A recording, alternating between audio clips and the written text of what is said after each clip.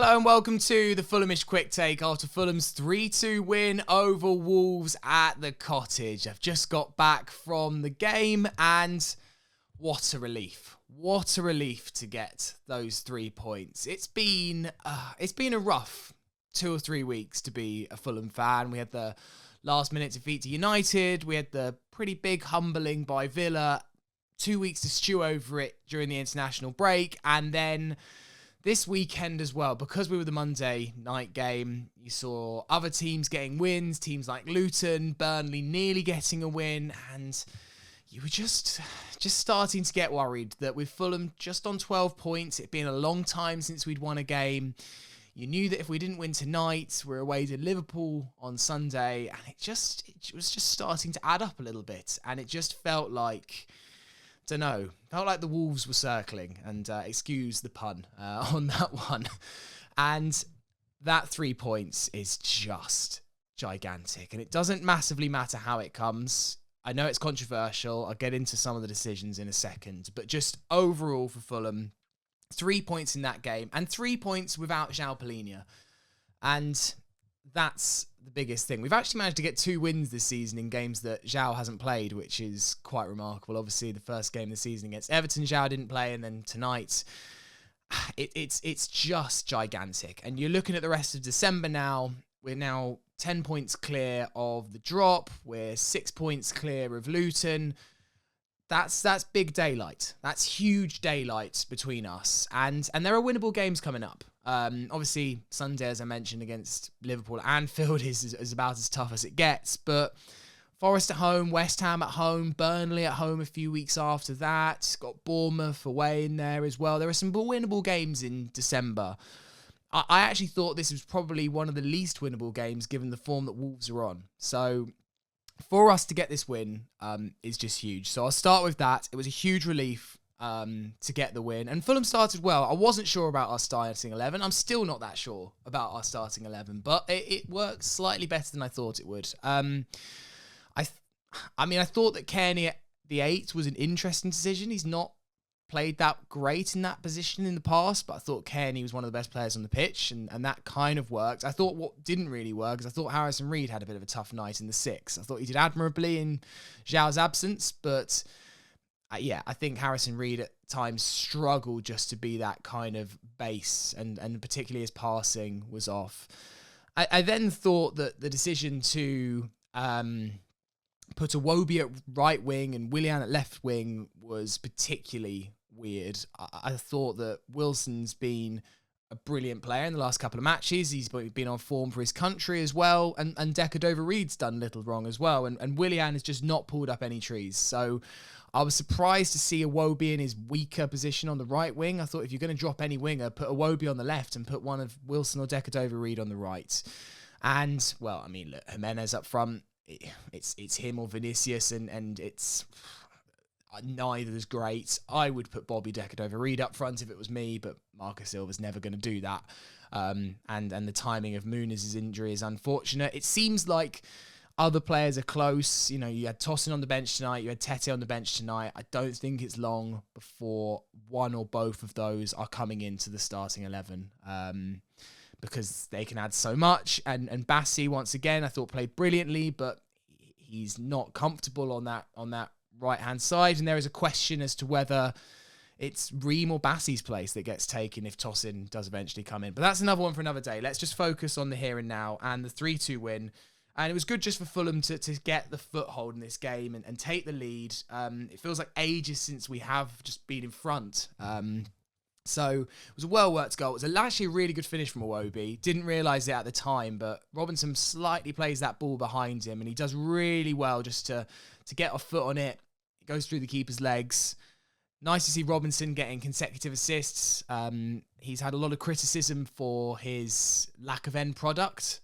I mean, he scored 2 for the US. He got an assist in the Villa game. Now he's got an assist tonight. I think he's starting to right some of those wrongs and some of that criticism about his lack of end product. The goal for Wolves to make it 1-1, I mean, it's just shambolic defending. And Robinson's at the heart of it.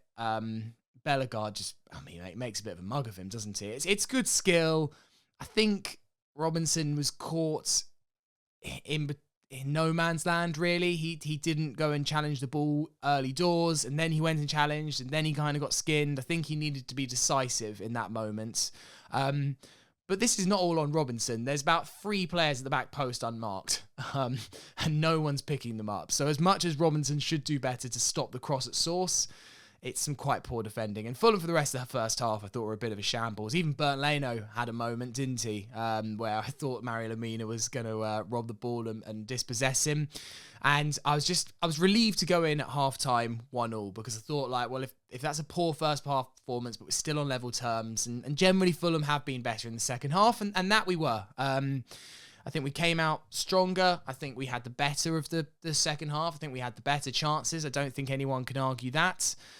And then the penalty. I mean, it's brilliant from Kearney initially to win the ball off Lemina. And I think this is a pen. So I've just been driving back and I've listened to Gary O'Neill on TalkSport. And I like Gary O'Neill. I like what he's done. And I think he was harshly treated by Bournemouth. I didn't think it at the time, but actually in hindsight, that's proven to be a very harsh decision. And I think it was a harsh opinion of him when he got that job at Wolves. I think everyone thought that Wolves were dead certs for relegation, and I think people discredited Gary O'Neill. He's done a great job.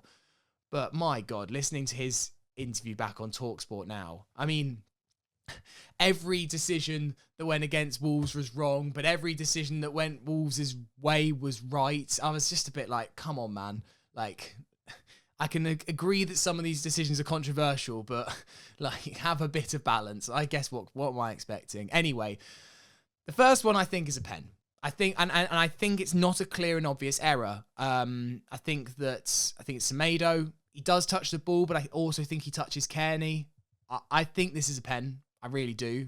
I certainly don't think it's a clear and obvious error to overturn it. So I think that's the right call.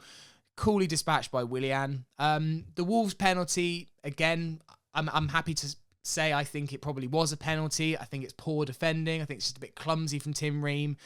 Again, Gary O'Neill went on the radio and said that he thinks that Ream should have got a second yellow. Like, please, he's tripped up over him. It's not cynical. It's just a little bit of a stumble. If you do that in the middle of the pitch, it wouldn't be a yellow card either. Like, it's not a red. It's a penalty. It's a penalty, I'll give you that. But it's not a red card. Dispatched well by Hwang. Vinicius, should have he got a red card for the headbutt on Kilman? I remember seeing it at the time and thinking, oh no. That's certainly, I saw it at the moment. I thought, ooh, you shouldn't do that. Don't do that. And obviously we saw it last season when Douglas Luiz got a red card for a little headbutt on Mitro. They've changed the rules now and they've said that it has to be, I think something like, it can't be negligible contact, which is a bit of a weird rule. It's either a headbutt or it's not for me.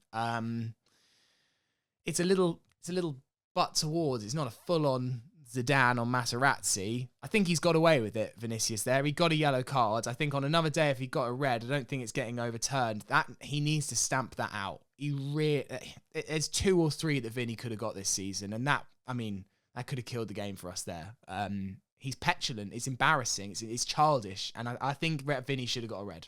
Well, no, I don't think he should have got a red. I think he's lucky not to get one, I think is more the way of putting it. So that is something that Marco and Louis and the rest of the team need to work on because, you know, it was a bit of a rough challenge on him, but I don't know, just grow up a little bit in that case. I know I'm not on here to try and slate my own players, but he could have cost us the game tonight, and that is poor, really, from Vinny.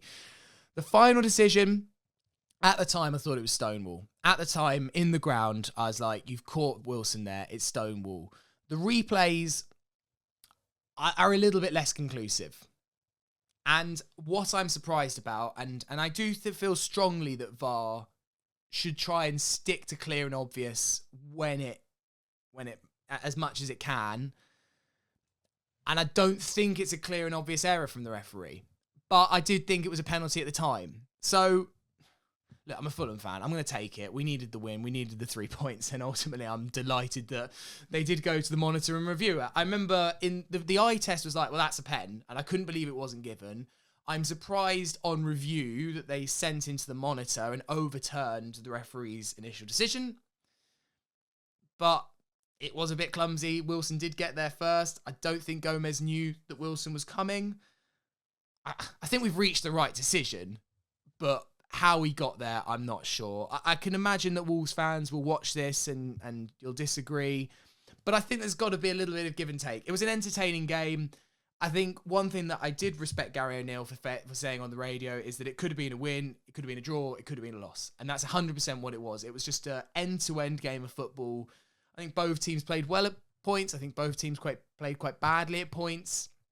We've come out on the right side of a tight game. And ultimately, Fulham just had to do that tonight. We had to win by hook or by crook. We got some goals as well. That's really exciting to see. I know they're from the penalty spot, but still, it's only the second time this season we've managed to get 3 goals, and it's super pleasing just to be on the score sheet. It's brought the feel-good factor back a little bit, and it's just eased that pressure, I think, going into that December run of games. So fantastic 3 points. And I think one final thing I wanted to say is just that actually, as much as it's been a bit doom and gloom about Fulham, and rightly so, the performances haven't been good enough. There's a lot of off-the-pitch problems at Fulham at the moment, and rightly so. I think after that Villa game, there were a lot of questions that needed answering, especially that first half performance. But you look at the big picture of Fulham this season, and barring Brentford, and that will always sting for the rest of the season, apart from Brentford, we've beaten or drawn against every team that we should have. We've beaten Everton, we've beaten Luton, we've beaten Sheffield United, we've now beaten Wolves. We've got to draw away at Palace. There's some games to come against teams. Like the games that we're losing are teams that we should not be expecting to beat. Chelsea's, United, City's, probably Liverpool, and we've got a couple of unexpected points away at Arsenal and Brighton. The big picture is that Fulham have mostly done what should be expected, Brentford aside. And look, there was a couple of opportunities for scalps that we didn't take. Chelsea, United were there for the taking the 2 times that we played them, and we came away with nothing. But you can't bank on those, and it'd be nice to get a couple more scalps, and a few of our rivals have in recent weeks, which has made it, I think, somewhat more galling when Fulham don't get these scalps. But it's much more reliable to beat the teams around us and stay clear of danger. So I think, big picture, I think it just shows that Fulham ultimately do know how to get results against the teams that we need to. We need to keep that going. We need to beat Forest. We need to get a result against Burnley in a few weeks.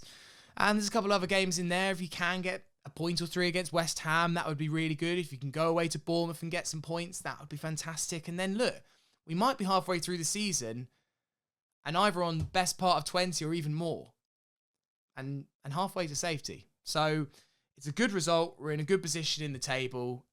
It's been a decent night, some contentious decisions, but who cares? Fulham have come out the right side of it, and we can be happy. More reaction on the Fulhamish podcast, which will be coming out on Tuesday afternoon, and the Jack and Joe show will be on the channel later this week. Jack and Joe giving some more reaction to the game. But yeah, thank you very, very much for watching. If you haven't already, hit subscribe on the channel and come on you whites.